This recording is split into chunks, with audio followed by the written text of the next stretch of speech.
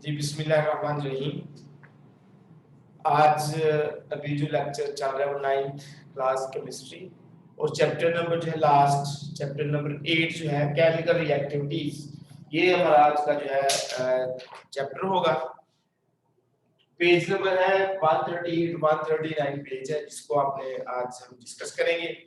तो सबसे पहले केमिकल रिएक्टिविटी से पहले जिस चीज का हमने जिक्र करना है वो ये है कि मेटल्स क्या होती हैं, ठीक है, और ये इनके रिएक्शंस कैसे होते हैं और पीरियोडिक टेबल के अंदर इनकी कौन कौन सी पोजीशन है और पीरियोडिक टेबल के अंदर हमने कौन से एलिमेंट्स को किस किस तरह से कैटेगराइज किया हुआ है।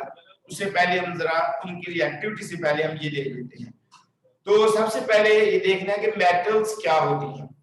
सबसे पहली बात जो मेटल्स है, जितनी भी हमारे पास मेटल्स हैं उसमें ज्यादातर वो इलेक्ट्रोपॉजिटिव होती है। इलेक्ट्रोपॉजिटिव का मतलब है कि वो वाली एलिमेंट्स होते हैं जो इजीली इलेक्ट्रॉन लूज कर देते हैं, जो इजीली इलेक्ट्रॉन लूज कर देते हैं।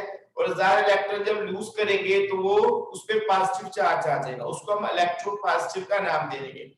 जो ही कोई एलिमेंट जो है इलेक्ट्रॉन लूज करेगा तो वो इलेक्ट्रोपॉजिटिव बन जाएगा। और मैंने कहा जो हमारी मेटल्स होती हैं वो इलेक्ट्रोपॉजिटिव होती हैं, इजीली अपना इलेक्ट्रॉन जो है वो लूज कर देती हैं और वो केटाइंस बना देती हैं, पॉजिटिव चार्ज जो है उनके ऊपर आ जाता है। अगर देखें हम कोई भी मेरे पास अगर कोई मेटल है, फॉर एग्जांपल ये मेरे पास सोडियम मेटल है, तो ये इजीली इलेक्ट्रॉन लूज कर देगी और इसके ऊपर ये इलेक्ट्रॉन इसने लूज कर दिया है और इसके ऊपर ये वाला केटाइन बन गया, ठीक है। इसका मतलब ये है कि यहाँ पे ये जो सोडियम मेटल है इसने इजीली इलेक्ट्रॉन को लूज कर दिया है।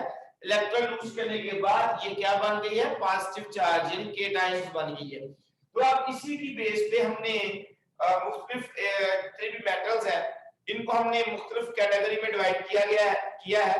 कुछ बहुत ज्यादा रिएक्टिव मेटल्स होती हैं, कुछ जो है जरा कम मॉडरेट रिएक्टिव होती हैं और बहुत कुछ ऐसी होती है जो बहुत ही कम रिएक्टिव होती है। यानी इनको तीन ग्रुप में कैटेगराइज किया है, मोस्ट रिएक्टिव मेटल्स, उसके बाद मॉडरेट रिएक्टिव मेटल्स और लास्ट में फिर लीस्ट रिएक्टिव मेटल यानी जो बहुत कम रिएक्शन करती है। जो अगर हम पीरियोडिक टेबल देखें अपना, तो पीरियोडिक टेबल के अंदर हमें ये वाले कुछ एलिमेंट नजर आते हैं। ये हमारे पास ये फर्स्ट ग्रुप आता है, ये सेकंड ग्रुप है। उसके बाद ये वाले जो एलिमेंट्स है इनको हम कहते हैं ये ट्रांजिशन मेटल्स हैं। इन स्कैंडियम से लेकर ये जिंक तक इनको हम कहते हैं ये हमारे पास ट्रांजिशन मेटल्स है। 10 एलिमेंट्स यहाँ पे ये वाले मौजूद होते हैं। ये पीरियोडिक टेबल में फर्स्ट ग्रुप है, ये सेकंड ग्रुप है। अब यहाँ पे ये जो मेटल्स हमारे पास है सोडियम और पोटेशियम है, मैग्नीशियम है, कैल्शियम है, कहते हैं ये चारों जो हमारे पास मेटल्स हैं बहुत ज्यादा रिएक्टिव हैं। और इनकी रिएक्टिविटी का एक रीजन ये भी है कि इनका एटॉमिक साइज जो है वो ज्यादा होता जाता है और इनके वैलेंस शेल में, इसके वैलेंस शेल में एक इलेक्ट्रॉन है और इनके वैलेंस शेल में दो इलेक्ट्रॉन है। तो जो जिसके वैलेंस शेल में एक इलेक्ट्रॉन है वो इजीली इलेक्ट्रॉन को लूज कर देगा। जैसे देखिए अगर हम इसको देखें, यहाँ पे ये सोडियम है, ये इसका न्यूक्लियस, यहाँ पे इसके फर्स्ट ऑर्बिट में 2 इलेक्ट्रॉन है, दूसरे में 8 इलेक्ट्रॉन है और तीसरा ऑर्बिट जो है इसके अंदर 1 इलेक्ट्रॉन है। तो ये 1 इलेक्ट्रॉन इजीली रिमूव कर देता है। जैसे मैंने अभी आपको बताया था ये सोडियम है, इजीली इलेक्ट्रॉन रिमूव करेगा तो इस पर एक पॉजिटिव चार्ज आ जाएगा, k टाइम्स बच जाएगा, ठीक है। तो इजीली ये मेटल्स हमारी इलेक्ट्रॉन लूज कर देती हैं, इसलिए हम कहेंगे ये वाली मेटल्स हैं और बहुत ज्यादा रिएक्टिव है, ठीक है। ये चारों मेटल जो हमारी है सोडियम है, मैग्नीशियम है, इसका एल्यूमिनियम है, ये जो एल्यूमिनियम है यहाँ पे ये वाली ये भी रिएक्टिव मेटल में आती है, ठीक है जी। और यहाँ पे पोटेशियम है, कैल्शियम है, ये सारी की सारी हमारी जो है मोस्ट रिएक्टिव मेटल्स है। और अगर हम देखें मॉडरेट जो है इनके जो रिएक्शन करती है लेकिन विगोरस रिएक्शंस नहीं होते, बहुत तेजी से इनके रिएक्शंस नहीं होते, यानी ये जो रिएक्शन है इनके बड़ी फास्ट रिएक्शन होती है। इवन कि ये सोडियम है, सोडियम को वाटर के अंदर हम अगर फेंकते हैं तो वो इतना विगोरस रिएक्शन होता है कि वहां पे आग लग जाती है, पानी के अंदर आग लग जाती है, इतना इनके जबरदस्त एक्सोथर्मिक रिएक्शन होता है यहाँ पे। ठीक है। तो ये बहुत ज्यादा रिएक्टिव मेटल्स हैं और उनसे जो कम रिएक्शन ये भी करती है, लेकिन इनका रिएक्शन जो बहुत विगोरस नहीं होता, बहुत ज्यादा कह लीजिए बहुत ज्यादा विगोरस नहीं होता। इसी तरह से ये जो रिएक्शंस है, ये वाले हमारे पास जिंक है, आयरन है, टिन है, लेड है, ये वाली मेटल जो है, इस तरह की मेटल है, कहते हैं ये मॉडरेट रिएक्टिव है, यानी बहुत ज्यादा स्लो रिएक्शन भी नहीं करती और बहुत ज्यादा विगोरस शिद्दत के साथ रिएक्शन भी नहीं करती, दरमियाने लेवल के रिएक्शंस करती हैं। और कुछ मेटल ऐसी होती हैं जो बहुत ही कम रिएक्शन करती हैं, लीस्ट रिएक्टिव होती है। तो ये वाली हमारी मेटल जो है, कॉपर है, मरकरी है, सिल्वर है, गोल्ड है, ये वाली सिल्वर जो हमारे पास मेटल्स है लीस्ट रिएक्टिव है, यानी बहुत कम रिएक्शंस करती हैं। तो इसी तरीके से हमने इसको मुख्तलिफ कैटेगरी में डिवाइड किया हुआ है, यानी ये हमारे पास सारी की सारी मेटल्स है, ठीक है। यहाँ पे ये और मेटल ज्यादातर जो है वो सॉलिड फॉर्म में होती है, ठीक है।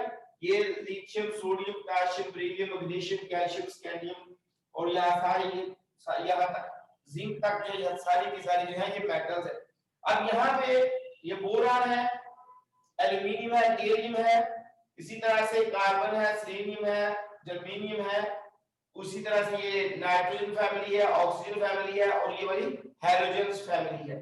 अब अगर इनको देखें हम, ये वाले कार्बन, नाइट्रोजन, ऑक्सीजन, फ्लोरीन और फास्फोरस, सल्फर, क्लोरीन, सेलेनियम और ब्रोमीन, ये सारी की सारी हमारी नॉन मेटल्स है, ठीक है। ये नॉन मेटल्स है, इसके अंदर हम नॉन मेटल्स की भी प्रॉपर्टीज देखेंगे और मेटल्स की प्रॉपर्टी भी देखिए अभी। तो ये नॉन मेटल्स है हमारे पास, ठीक है। और ये मेटलाइट है, जैसे बोरान है, सेलेनियम है, जर्मेनियम, आर्सेनाइड है, ये सारी की सारी हमारी जो है ये मेटलाइट्स है, यानी मेटल्स की तरह की है।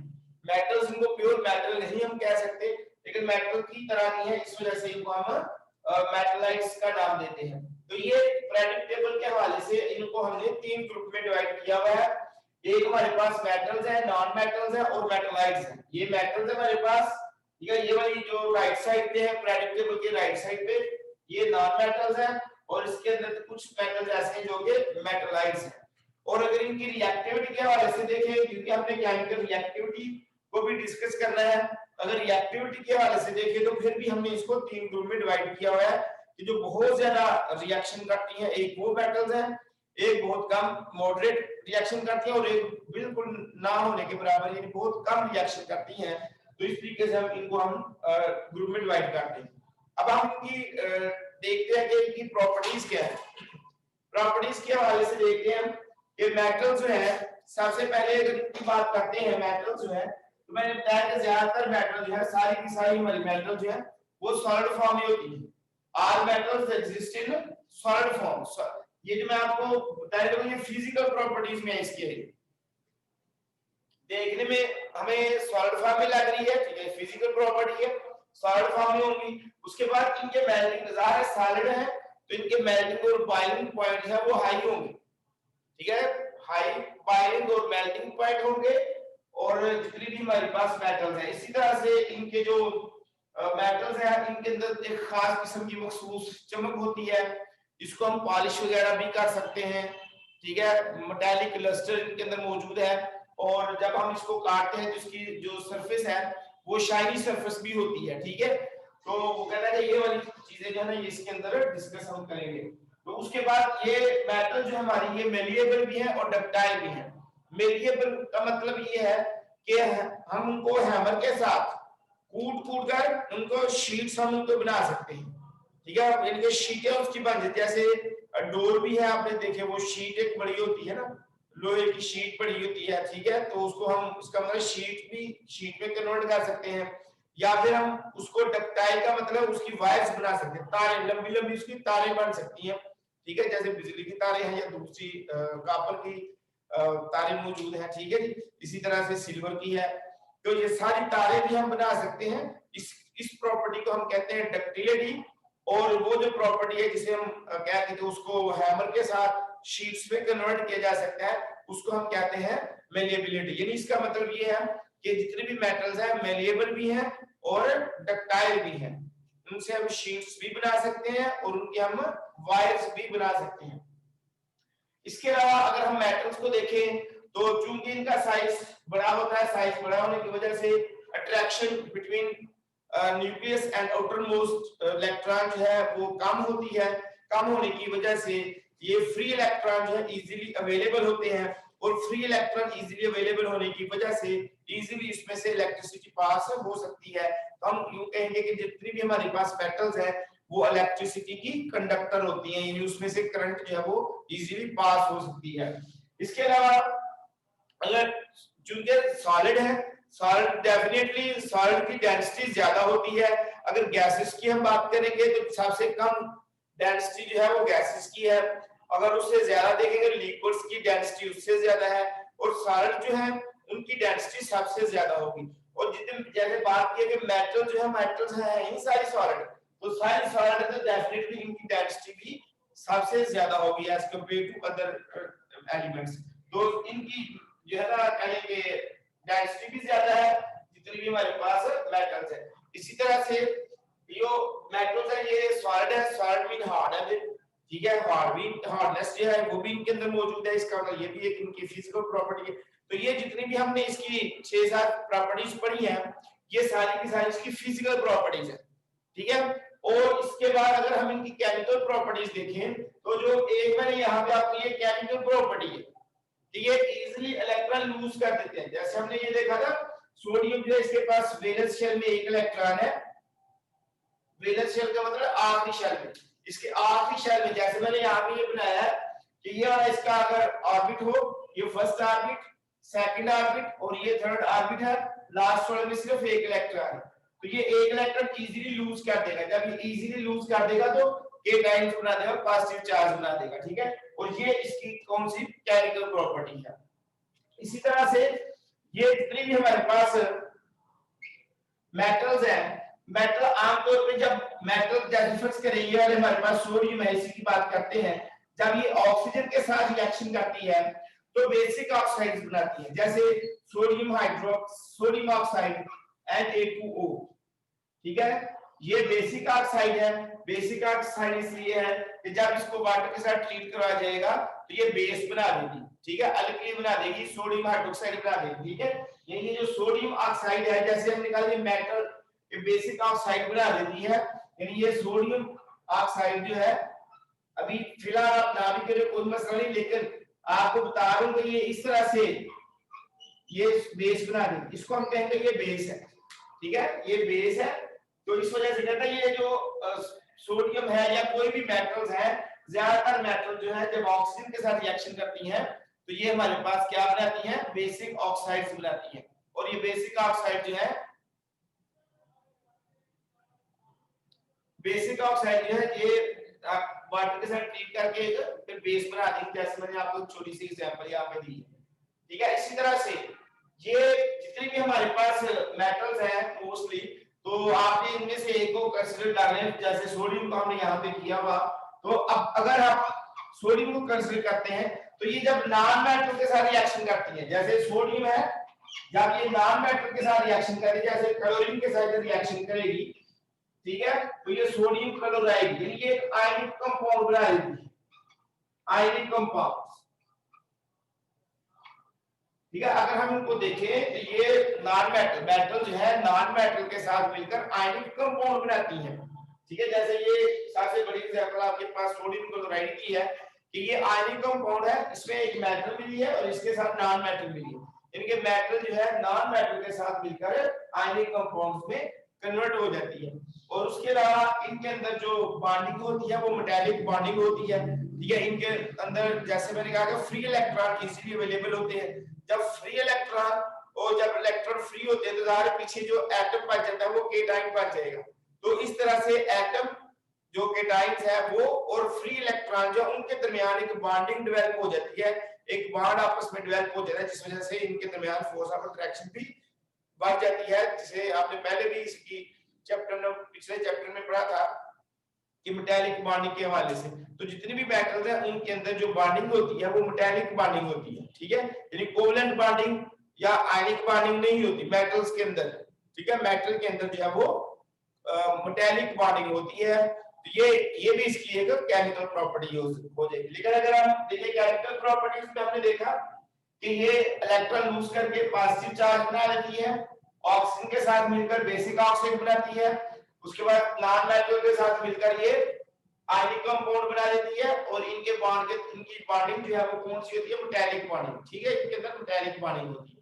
तो ये आज हमने जो देखा, इसमें हमने देखा कि मेटल्स क्या होती हैं, इलेक्ट्रोपॉजिटिव, ठीक है जी, मेटल्स क्या होती हैं, उनको हमने उनकी रिएक्टिविटी के लिहाज से 3 ग्रुप में डिवाइड किया।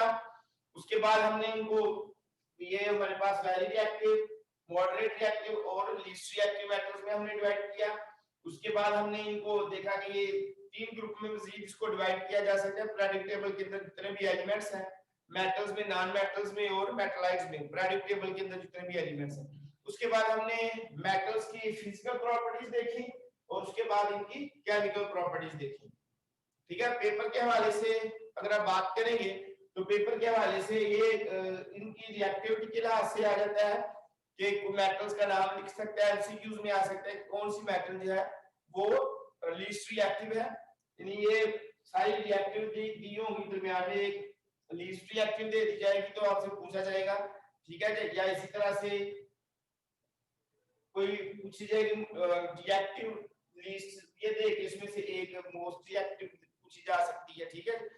उसके बाद इनकी प्रॉपर्टीज जो है, write down the physical properties of metals, जब मेटल की फिजिकल प्रॉपर्टीज पूछी जाएंगी तो ये आप उसमें नहीं लिखेंगे, और जब आप केमिकल प्रॉपर्टीज लिखी जाएंगी तो ये वाली कंसीडर होंगी, ठीक है, जो हमने कही है कि losing of electron basic oxide ना कि आयनिक कंपाउंड के अंदर बॉन्डिंग जब वो मेटालिक बॉन्डिंग होती है, इस तरह से इनके दरमियान ये केमिकल प्रॉपर्टीज है इनकी, ठीक है। ये केमिकल प्रॉपर्टीज में इनकी केमिकल प्रॉपर्टीज लिखेंगे, फिजिकल प्रॉपर्टीज में इनकी फिजिकल प्रॉपर्टीज लिखेंगे। तो पेपर में ये क्वेश्चन जो है केमिकल प्रॉपर्टीज के हवाले से ज्यादा आता होता है कि right on the chemical properties of metals, metals की केमिकल प्रॉपर्टीज के बारे में आता है क्वेश्चन।